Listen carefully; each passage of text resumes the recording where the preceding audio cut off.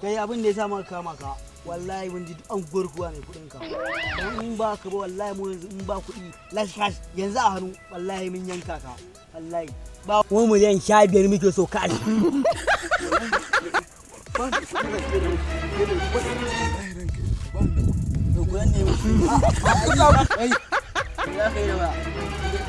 abokina ne to kira ka wanka ma ba abokinka ba amma mu sai mun ga 15 din nan mu barka salamu alaikum abokina da fa yanki na fanni sun garkuwa da ni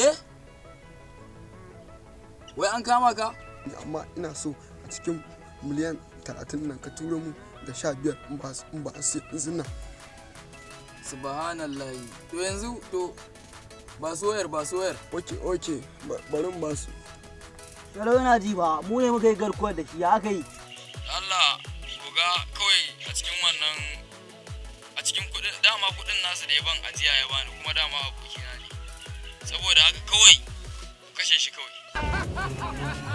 kawai saboda ni ma in ci arziki dama bai taɓa ban ko sisi ba tunda muke da shi bai taɓa ban ko sisi ba kawai ku kashe shi ba kashe shi ba yawa na gode ya hanjima ya ce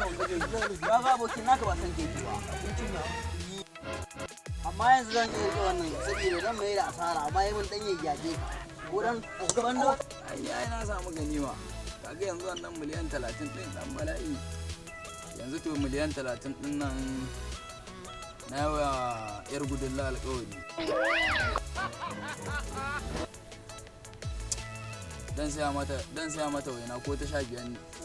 wannan ni ma sai in je abin nan wani rigar da biyo an daina sai abokina Allah ya ji kanka Allah ya mara hama kawai. Wannan ba abokina.